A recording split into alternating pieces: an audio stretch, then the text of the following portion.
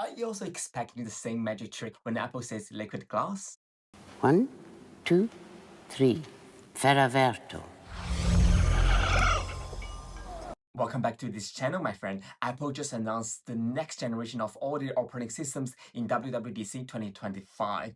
They streamlined the naming to just 26 across all their operating systems. And it's not just a name. The look across all their platforms are all more cohesive and modern. Today I'll be covering all the features and the changes I found in the beta version of iOS 26. Your one might look slightly different, so if I miss any feature, welcome to drop a comment to let me know.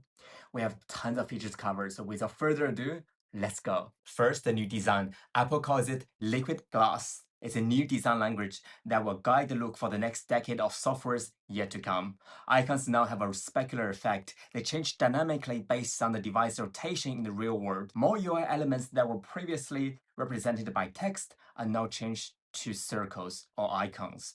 Content previously blocked by top and bottom UI areas and now stretched to the edge of the screen.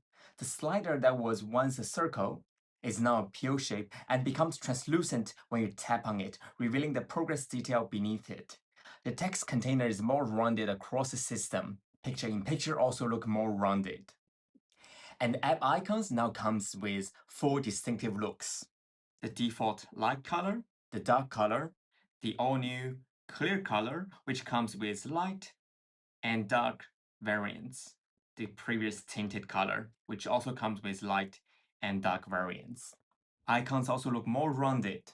Here's the icon mask from iOS 7 to iOS 18, and here's a new one. You can clearly see it's more rounded than before. The new icon also comes with a specular effect that shimmers the edge of the app when you rotate it. The tab bar shrinks when you scroll up and reveals itself when you reverse scroll it.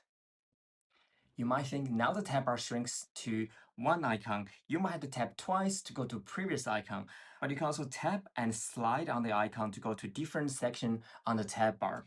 The UI elements dynamically merge or extract based on the content. The 3 dots, alert menu, or contextual menu now appear when you tap on them. Previously, you have to swipe from the very left edge to go back, but now you can just swipe in the middle of the screen, provided there is no interactive content on the screen. And the swipe right to go back gesture not only works in the settings app, but also in many other default apps as well, like Reminder or Music, Podcast, even Notes, even Files. The keyboard also now features a more rounded border. The character on the keyboard now also features a more condensed font, which is matching the iOS 26 official logo. Emoji also now shows the official name right after you tap them in the search bar area. So now you know exactly what emoji you just typed is officially called. We will come back to keyboard later for more changes. Buttons and menus intelligently change their colors based on the content around them, making it legible all the time. The contextual menu is also now listed as vertical, making it easier for you to select the item you want. Alert messages and pop-up windows now appear as left justified. The home bar that appears on the bottom of your iPhone now disappears after just a few seconds. The menu morphs with your gesture, like this one. You can clearly see the menus stretch vertically or horizontally. Font also adapt as the menu shrinks or expand. They are actual font rather than pixel shrink. You can tell from the subtle stroke difference. The time shows on lock screen also now features liquid glass with animation when the time changes. You can see the subtle light refract on the edge of the numbers. Speaking of lock screen, there are now 8 new wallpapers. They're called Shadow, Sky, Halo, Dusk, and each comes with a light and dark variant. So this is Dusk in the dark mode, Halo in dark mode, Sky in dark mode, and Shadow dark mode. When you edit a wallpaper, categories now animate. You can clearly see from this astronomy and weather category. If I leave my phone here, you can see them finish spinning full circles. You can turn any photo pretty much into a spatial scene wallpaper. Check this out. At first, it looks like a regular photo, but when you tap on this new spatial scene icon, it turns it into a photo that shifted around when you rotate your iPhone. The spatial scene photo kind of reminds me of iOS 7 when it was first announced in WWDC. And you can use your own stickers. You can also use Gemojis as emoji wallpaper. Check this out.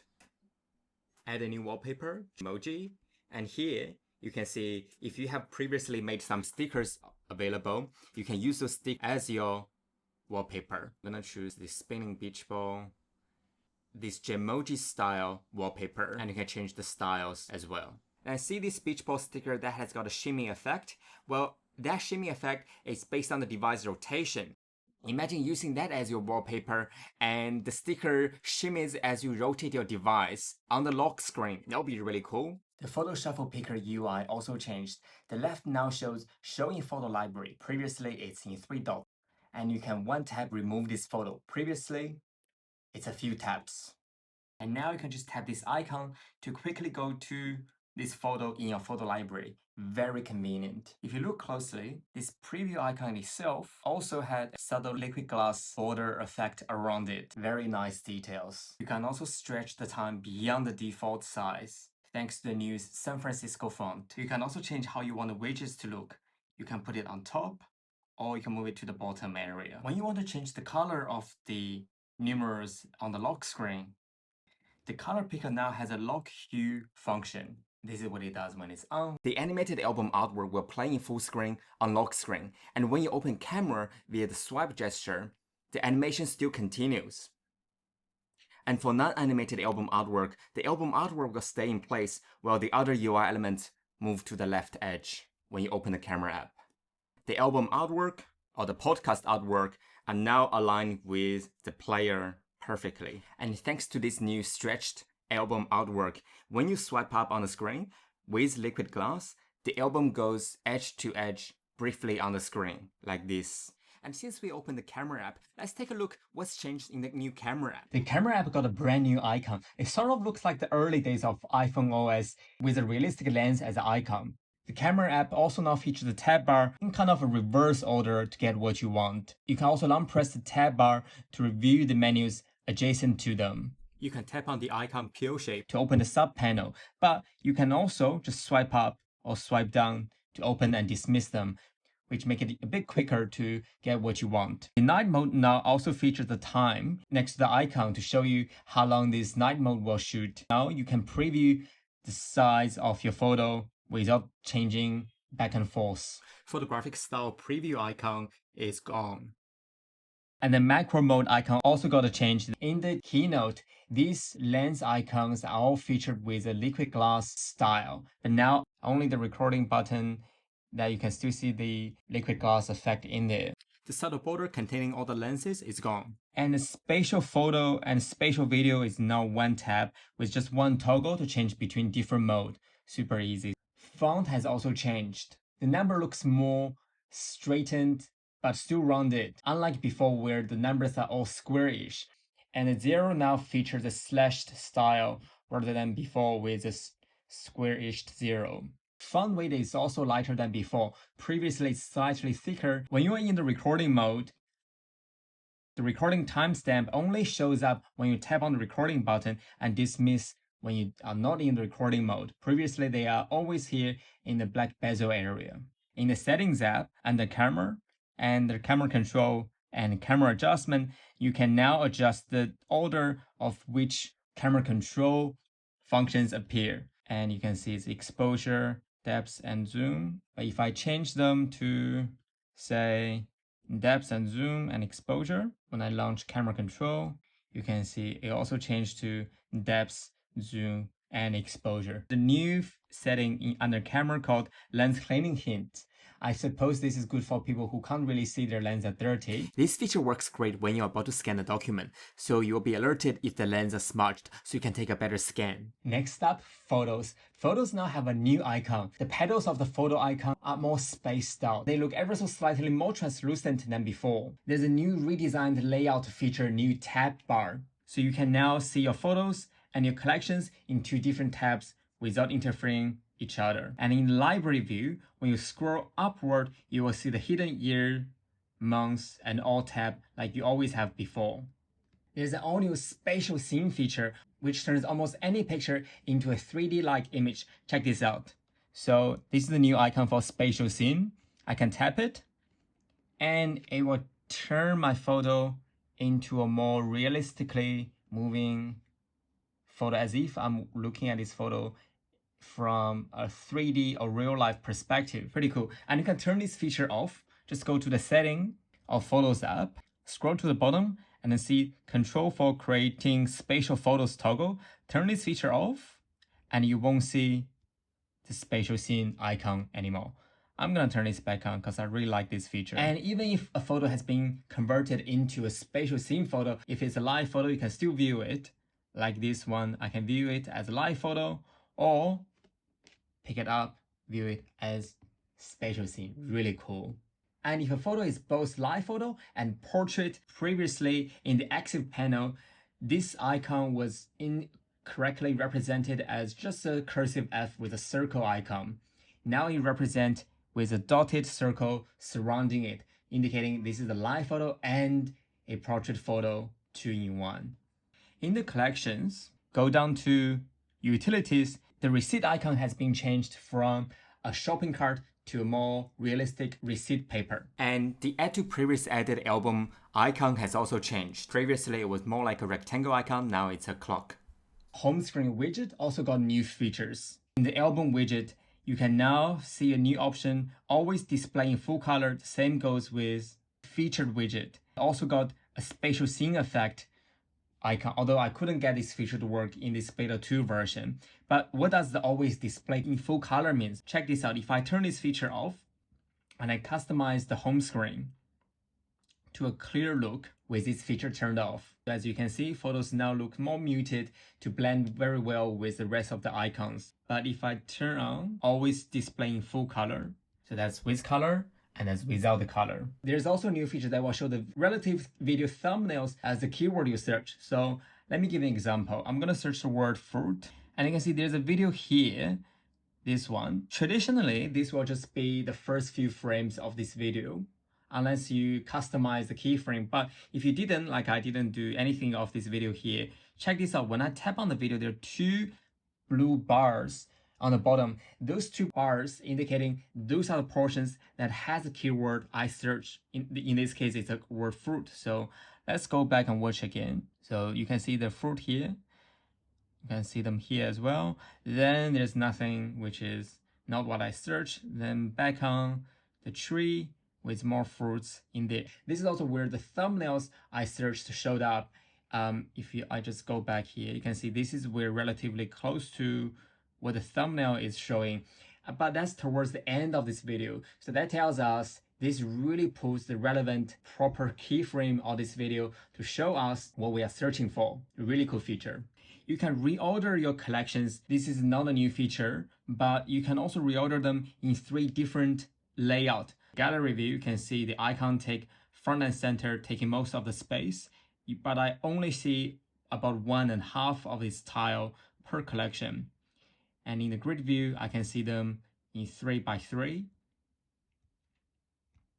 And in icon view, I see 2 of the tiles here, not as much as the grid view. I personally like to see as much information as possible, so I'm gonna change this to media types on top, so I get to see most rows, and keep it in the grid view, so I get to see more collections in one sweep. There's an all-new in-app notification setting for shared album activity, so you can turn this off individually. Next up, I want to talk about audio and sound. A new late night mode, but there's no description here, so we're not sure what it stands for. I'm assuming this is for when it's getting late, iPhone will reduce the amount of notifications that bothers people. But we have to see. And there's a really new exciting new feature which lets you choose a microphone. Up here in microphone, you can see right now I only have automatic and iPhone microphone, but when I plug in my USB microphone, in this case my Blue Yeti, you can see my microphone instantly pops up as available audio source, and I can use that as my recording device from now on. So as a matter of fact, I'm actually doing a screen recording right now. So let's go here, and you can see the input source is now same as system, which I can change to iPhone if I want to. And just like that, you can change the audio source anytime you like. And with Control Center toggle, you can actually change this based on different apps. So each app can have their own customized audio source. So for example, in screen recording, I can change it back to Yeti as my main microphone. But when I open the camera app, go to video, start recording video, I can choose iPhone as my main microphone source, so you have full control on which microphone you want to use for each app. And previously, the voice isolation feature is only available for selected apps, but now voice isolation feature is available across all apps that utilize a microphone. So for example, I go to the notes, start recording, and I'll be able to use a new option called voice isolation in Notes app. Really good feature. If you ever use voice isolation, you know how good this feature is. There's another audio related feature called local capture. You can turn this feature on in Control Center. Just go to Control Center, long press the empty space, tap Add Control, and search for local capture. This feature was announced in the iPad portion in the WWDC, but you can use this feature in iPhone as well. Now, this feature is designed for when you're in a conference call, like FaceTime or Zoom, or any app that supports video chat, you can record your side of the screen with everyone's voice, even if you're on speaker mode with clear audio. The audio codec they use is FLAC, which is also known as free lossless audio codec. In my example, my recording was about more than 500 kilobits per second. It's a really high definition audio, really good for people who want to capture every single detail during their conference calls. You won't miss any details afterward. Since we mentioned audio and sound, next let's talk about AirPods or headphone and voice memo. AirPods pairing splatter screen now show the circular charging indicator updated from a previous flat battery icon. In Bluetooth setting, AirPods case now has its own rounded rectangle icon. New AirPods battery setting. When you open it, on the top it's battery age disclaimer. All new optimized battery charging, which will charge to 80% but will charge to full when you need it. And an all new charging notification, which was a notification to the lock screen to remind you when battery runs low and when it's fully charged. All new keep audio in headphone setting in AirPlay.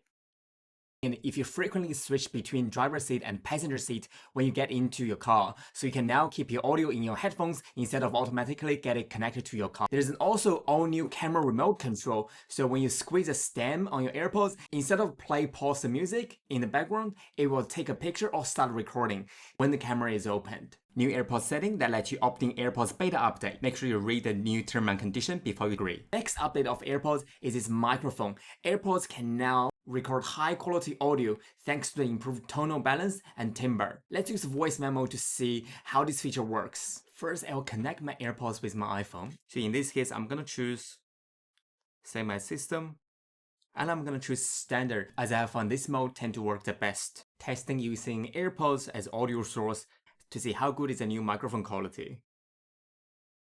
And I'm gonna turn on the all-new Studio Voice feature. This feature was previously called Enhanced Audio. Another thing you probably noticed, the skip silence feature is currently gone in this beta.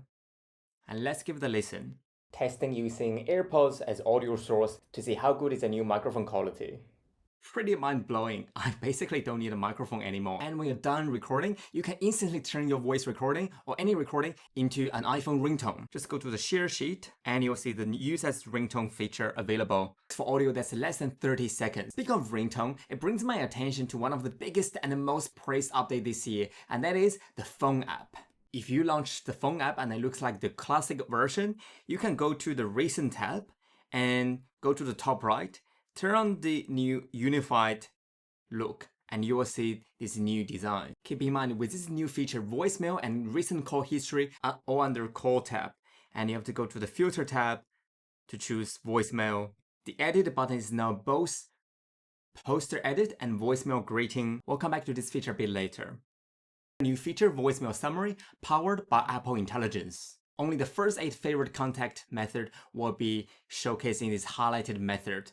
All other favorite contact method will be grouped into the last group. New Hold Assist feature. Go to Setting, find your phone app, swipe down, and you will see a new feature called Detect Call Waiting. This is such a good feature that will free you from endless waiting for the agent to pick up your phone. Please note that all calls are recorded.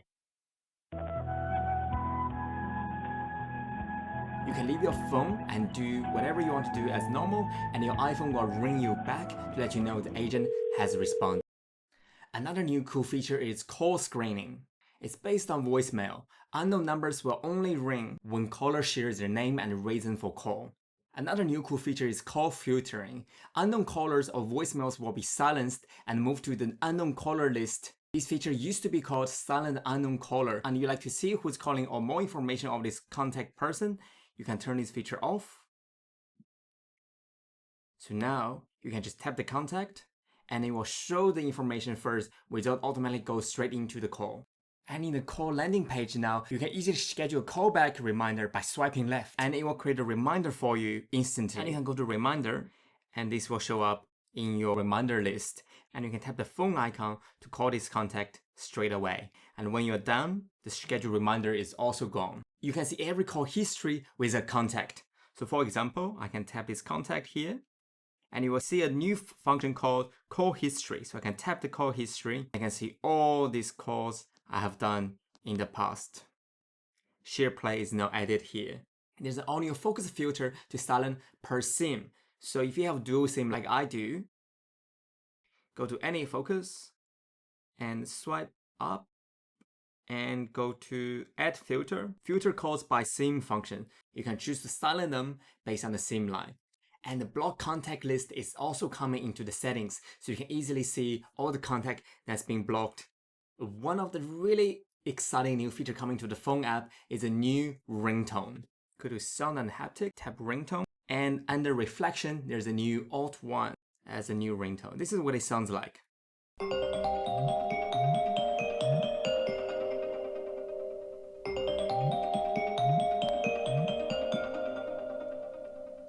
And this is before.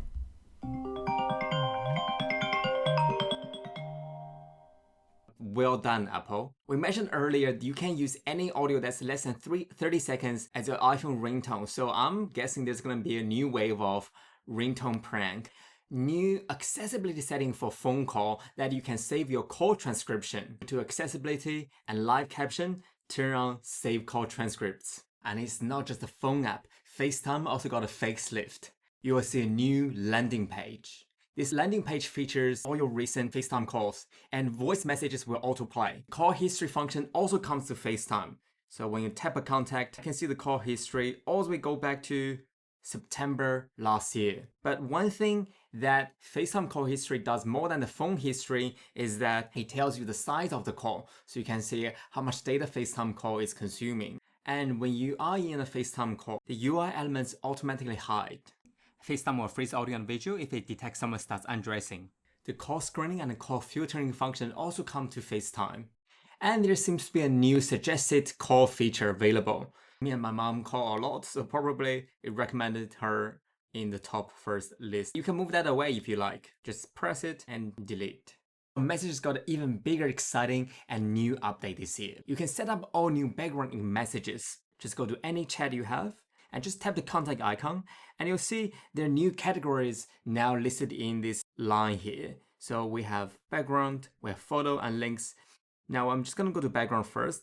Right here you can see there are 6 options for you to choose from. We have sky, which comes with dusk, haze, sunset, clear, sunrise, and dawn, 6 options. And we can go to water, which has light and dark, 2 options. Then we have aurora, we have green, then purple, and pink. Then we got color, which got even more options for you to customize. Begin with this color they call mango, and ice, and plum, deep sea, green apple, cherry, bubblegum, tangerine, magenta, lime, silver, and carbon, stone. But even with a preset, you can customize the color as well.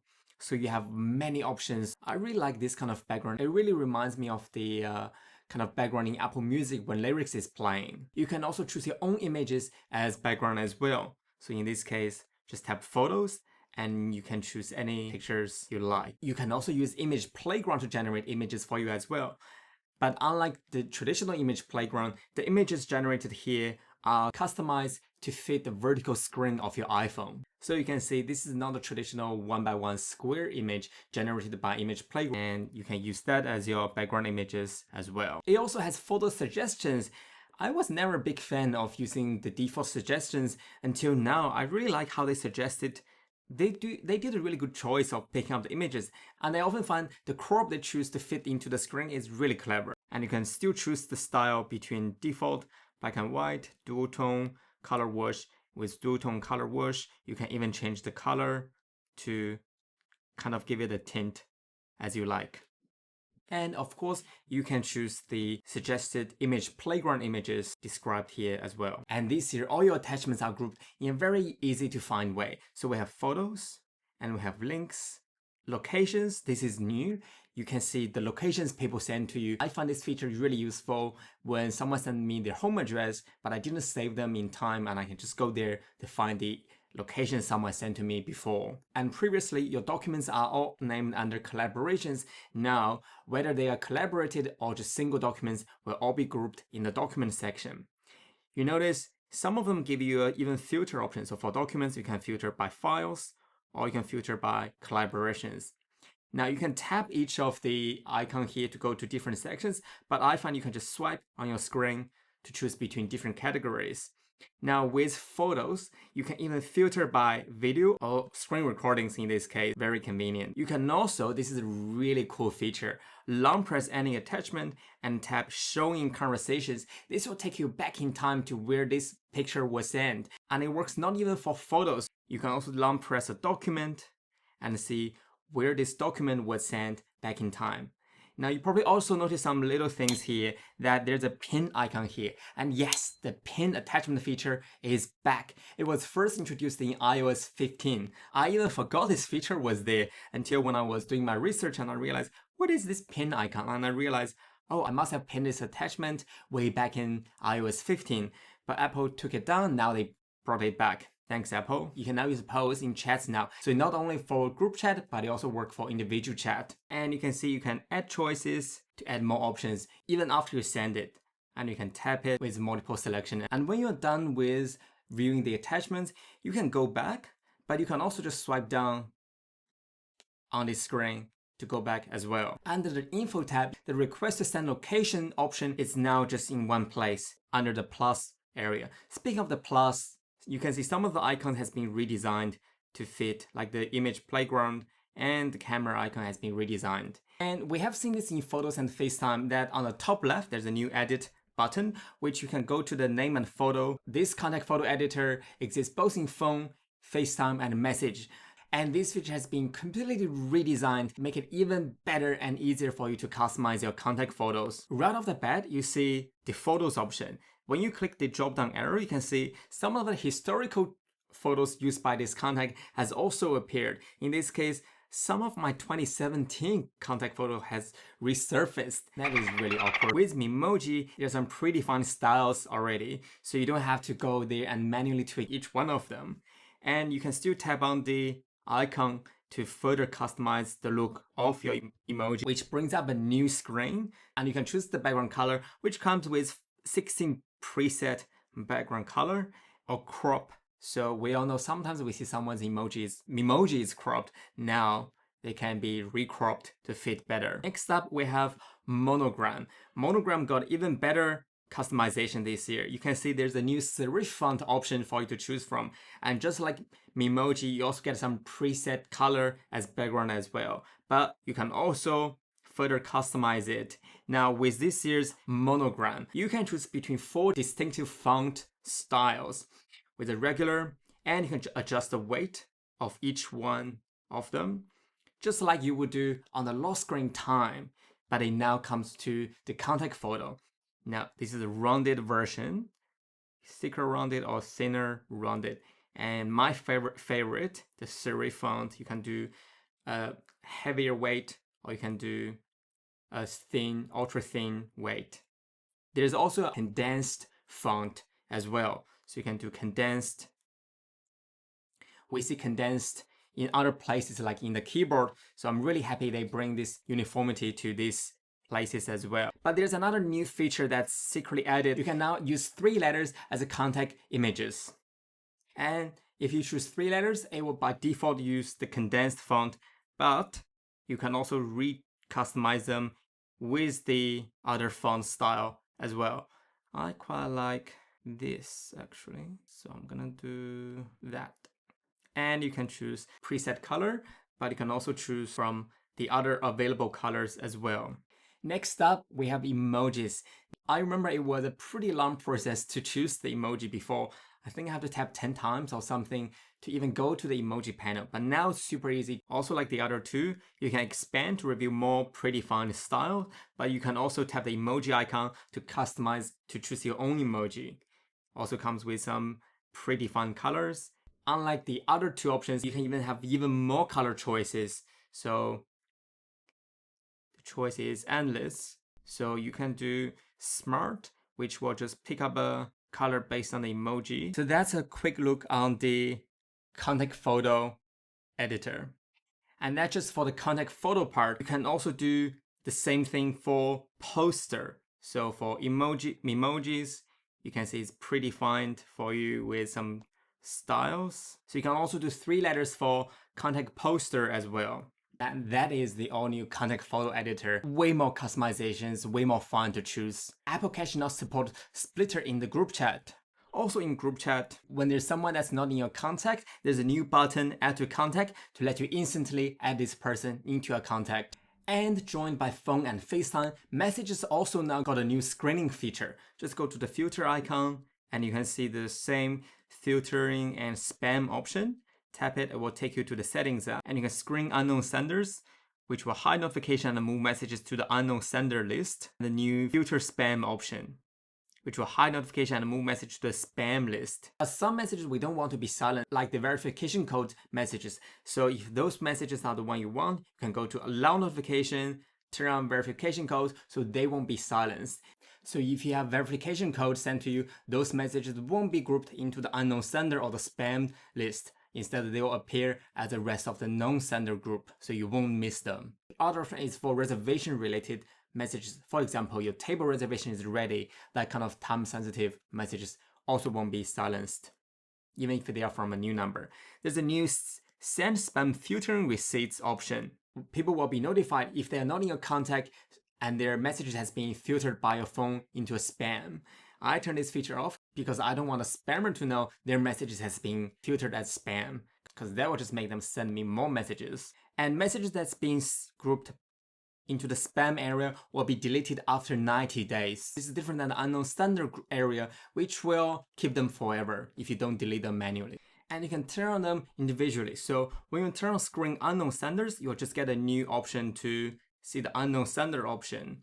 And when you turn on filter spam, you will just get a filter spam option in there. So you can choose which one you want to add on to your filtered list. Messages also now support natural language search. So I can search like links I sent to Marta. You can see it grabbed all the links I have sent to this contact person in the past. Another example, links Alex sent. And it identified both the URL links and map links and all the contact that may have the name Alex in there. So now it's way more easier to find your attachments than before. One of your contact constantly chat with you in a different language, you'll get a new notification pop up saying automatically translate this conversation. You can turn on the translate function, or you can go to the contact info page and swipe until you find automatically translate toggle as well. So when you turn this on, you'll see an option translate from the detected language, or you can choose from other languages as well, which support French, German, Italian, Japanese, Korean, Portuguese, and Spanish and Chinese for now. So I'm gonna turn on automatically translate. When you send a message in your personal language, you can see there's a new header pop-up indicating this language will be translated. The receiver will get the translated version of it. You can choose to display whether you want both languages on the screen or just your own languages. So you will see your languages and your receiver will see the translated version. Since we mentioned the translate feature in messages, let's talk more about the translation feature in the iOS system. FaceTime can also translate messages when used with live caption. And call can be translated too. Outbound call voice are sent using system voices, and developer can take advantages of this too. And you can have a really smooth conversation. Have a chat with your friends internationally from WhatsApp or Instagram when they add this feature. One thing different than last year when you use the translate function in the system is that the voice gender now defaults to your Siri voice's gender. So for example, I will say a test, and I'll use the system-wide translate function to translate this. This is a test. C'est un test. I guess most people never change their Siri voice, but if you ever change to a different voice gender, like here, The colors of the sky fade with the setting sun as the stars begin to shine through the clear night. and then try a new translation. A new sampler? A muestra. So now this voice gender will be close to the Siri voice gender you set in your Siri settings. And when you're offline and use the on-device translate model, it will use a spoken voice gender set in the accessibility settings. The favorite tab is now merged with the translate tab and a move to the top left corner, and colors of the buttons have become more prominent. Noticeable change is that the icon of translate app is now become a lighter color. Now I'm in dark mode so you can't really see, but when I go to default, you will see the translate app now shows a lighter blue color as a background. And it's not just the translate feature in the notes or in the phone messages app. The lyrics in the music app now can also take advantages of the translate feature. So I'm gonna play a Spanish song. Underneath the original lyrics, you have the English translated version of it, and you can use this new translate toggle to hide the translation or show translation. You also notice there's a new show pronunciation feature.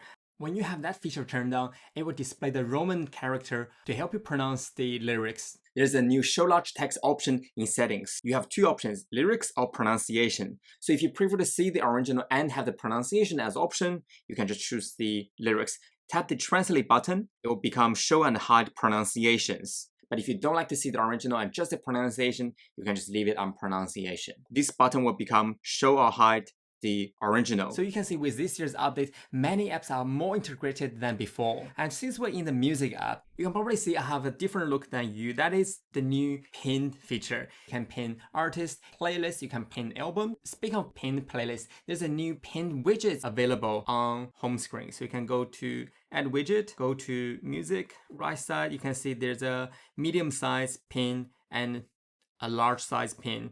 There's also all new live radio widget for music. There's also new music setting that lets you automatically download the pins as well. So when this is turned on, combined with a pinned playlist, you can pin your favorite weekly updated shows into the pin section and they will be updated every week. When you tap and hold the pin icon, there's a new function called tap action. You can choose tap action to go to playlist or play or shuffle the playlist for you to play this straight away.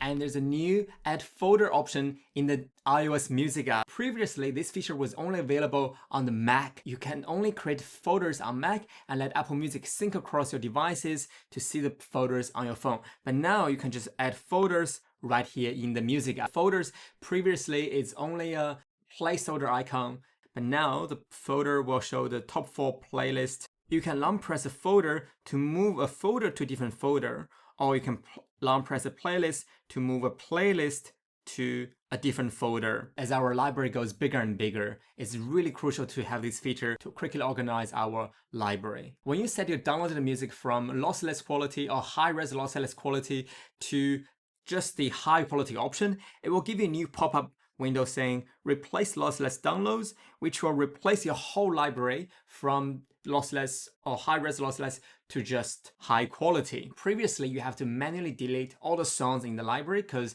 this feature only affects the new downloaded songs and you have to re-download everything again, which can be really confusing for some people. But now it will be swapped completely without you manually deleting all of them. But you still have the option to keep lossless, so you have only the new downloaded songs changing the quality. Perhaps the most exciting new feature in the music app is the all-new AutoMix feature, which is the new option that lets you transition between songs that works kinda like a DJ with beat matching and time stretching. So let's give it a listen. And the new mixing label is appearing with a cool animation.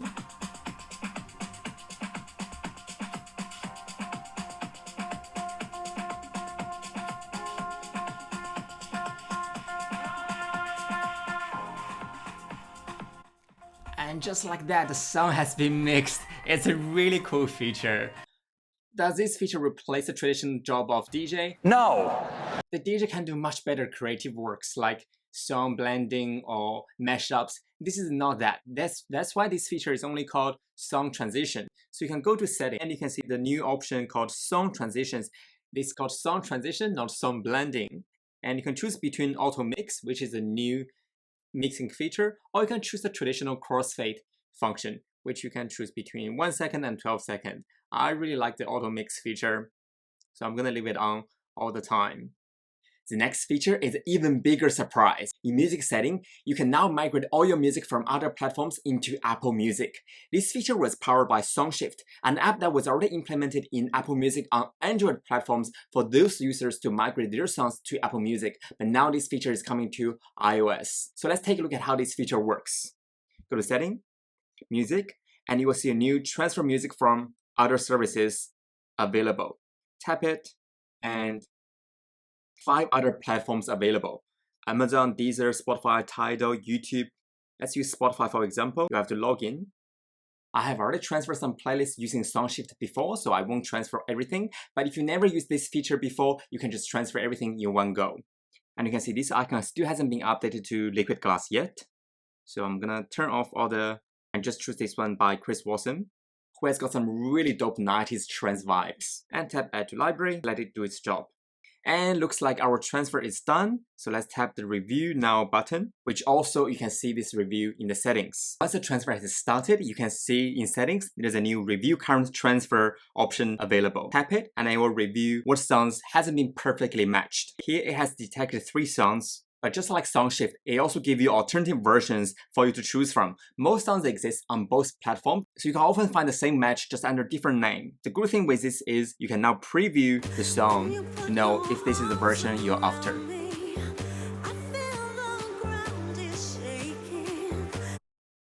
When you're done, you can tap Save. And a good tip I can share with you after transferring hundreds of playlists is that when you transfer a new playlist, make sure you turn off the Add Playlist Songs option. So this way your library stays the same and these new added songs won't jumble up your library view. Otherwise, you may have hundreds, if not thousands songs appearing in your library all of a sudden and you don't know where they come from. Playlist has transferred with the description as well. Playlist name, but the playlist artwork seems like it's not transferred.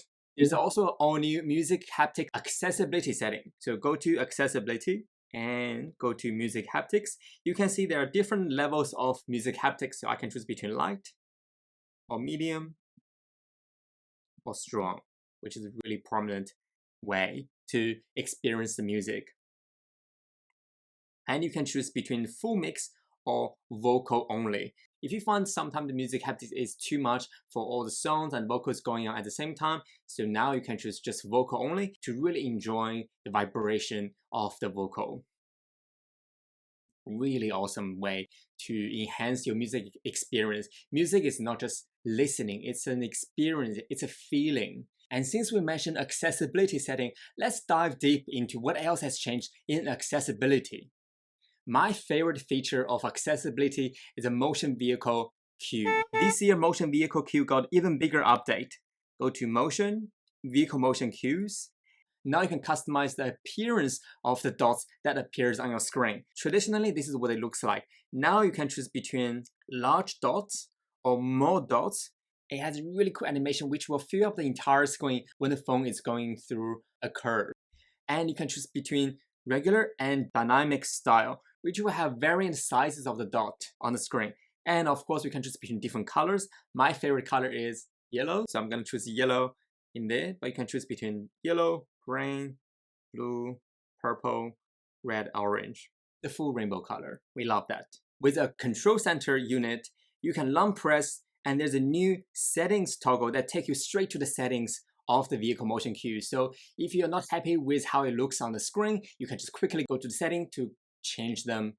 And this one is probably easy to be missed. Now, when there's an update to a certain accessibility feature, there's a new What's New option label to let you quickly see what's been updated in this accessibility setting. This What's New goes beyond just vehicle motion cues. So what else has changed in accessibility setting? If you're a fan of AI voices, well, Apple give you personal voice The personal voice is a really good accessibility feature for people who may in danger of losing their voices. But I use it to clone my voice as if I have an AI double. Now, with the improvements of personal voice, now you only need 10 phrases compared with 150 like before. So let's create my new AI voice. You can choose between default length or shorter length. I'm gonna choose default. It will create a tester voice first. I'm creating a personal voice with my iPhone. You might want to find a quieter place just to enhance the audio quality. So continue. Accelerate. It likes the content. Did you see why? 3 hours are the most widely used type. It has an average of 1 for every 4 people. That's the detail. Here is the links. It has more than 11,006 store links. When we on main first near account. Far with an otherwise main part of the promise. It was part of the train company. And you probably noticed I made a mistake here and there, but it doesn't really affect how they use my voice to train the data. And you probably also noticed the waveform has also changed subtly. Another accessibility feature that some of you may use often is a background sound. This year there are 8 new background sounds, totaling 16. So go to audio and visual, go to background sound, and you can choose from babble, steam, aeroplane, boat, bus, train, rain on roof, quiet night. You probably noticed the what's new label doesn't apply for background sound. It only applies for live listen. So even if the what's new label is not present, it doesn't mean there's nothing new. Speaking of what's new, make sure you like this video and subscribe to this channel. That way you won't miss any new changes. There's a new stop sound with a timer function, so you can stop it at a certain time. But perhaps the most exciting feature I like the most is the equalizer feature. Let's see what this equalizer feature does. I'm gonna turn on background sound, go to equalizer.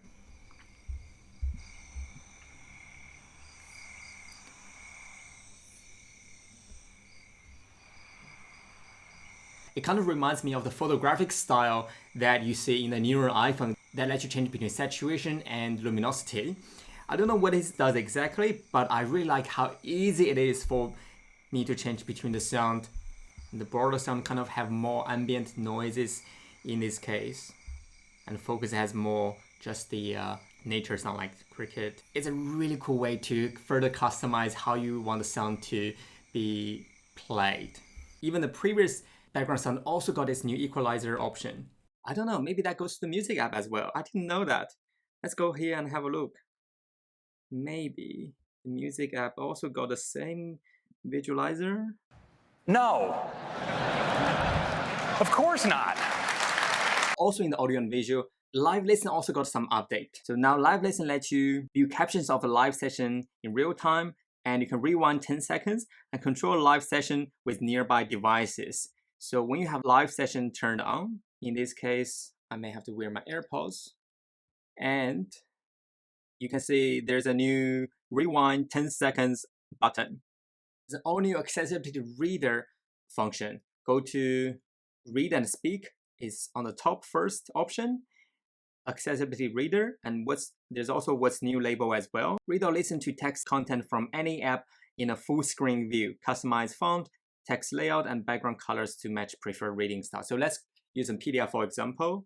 Search reader, and it shows up here as well. So let's turn this on. So this is a new accessibility reader that turns a really small text into a readable screen view format. You can also customize reader, choose between different themes. This kind of looks like the Books app's reading mode, and you can customize between each reading theme as well. Eye tracking got some new update. Positioning your face correctly prior to eye tracking calibrations. So what this does is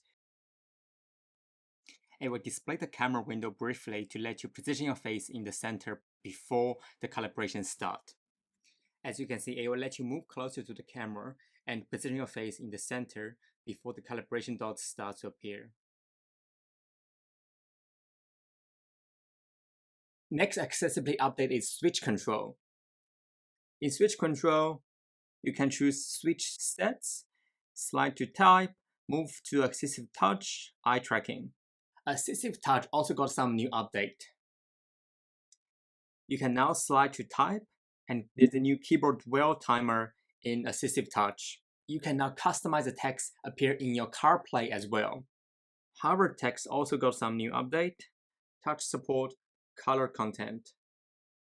VoiceOver also got some update. This is all the new changes in VoiceOver. New Indian voices, reset VoiceOver settings, magic tab, Braille access, item overview, customized commands, more Braille commands, Braille keyboard input, Korean Braille input, dot precision learning. Assistive access also got some update.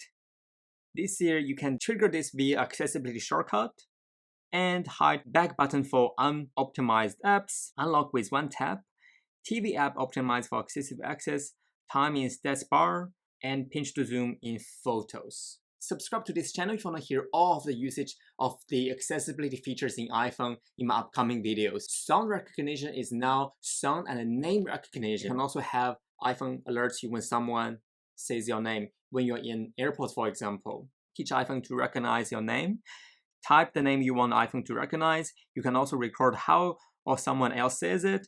When you have finished, iPhone will notify you when someone says your name. So I'm going to say yes, type my name, Marlon, as you might write at a coffee shop. It makes sense why they use coffee shop as an example, because sometimes we were in noise cancellation mode in our headphones and we miss those names annunciations when our coffee order is ready. So with this feature turned on, you will never miss your coffee order. It's also a brand new head tracking function. This feature was available on Mac for a long time, but it's coming to iPhone. So you can use your facial expression to control your iPhone. This is really cool. So it's using my head to control the focus point. So I'm gonna use smile and smile to do single tap. Okay, so, all right, so I'll use my head. Okay, so I can wait for the dwell control to finish the circle spin to activate the menu, or I can also just use my smile to do a click right away. Provided you have a relatively stable setup, you can see sometimes you can just shake your head to kind of recenter the cursor if it goes too much over the edges. There are new features coming to voice control as well. Let's check it out. New languages support, vocabulary syncing, specify repetition for commands. The new commands available. That's a new setting, so you can see all the new commands available here. So now they also give you an example on what you can do, like scroll down 7 or scroll down 9 times. Previously, there's no example. And new languages available for voice control here as well. Vocabulary, you can sync your vocabularies. Voice control also includes a new programming mode in Xcode for software developers with limited mobility. Speaking of syncing, you can now share your accessibility to other devices. For example, you can share your accessibility setting to a public iPad to assist you to use the devices. You can also sync your accessibility setting into iCloud, so when you open a new device, the settings are ready to use straight out of the box. Another feature that's coming is live captions. Live captions used to be only for American English. Now live captions coming to 15 more regional languages, which is also the feature that powers the translate function that you saw before. There's a new adaptive power mode. When your battery usage is higher than usual, your iPhone might make small improvements to extend your battery life. Whereas adaptive power won't shut down your always-on display, but it will lower the brightness and it won't shut down mail fetching. So it kind of just slows down how your battery drains without really impact how you prefer your iPhone to be used. Like I always like to use always-on display, but when I turn on low power mode, I lose the always-on display function. With a new adaptive power feature, you can have always-on display and still have a bit of a longer battery. You can also see the battery usage header has also changed. Previously it's 10 days usage, now it's just weekly. And a refresh UI for you to easily distinguish between hourly usage.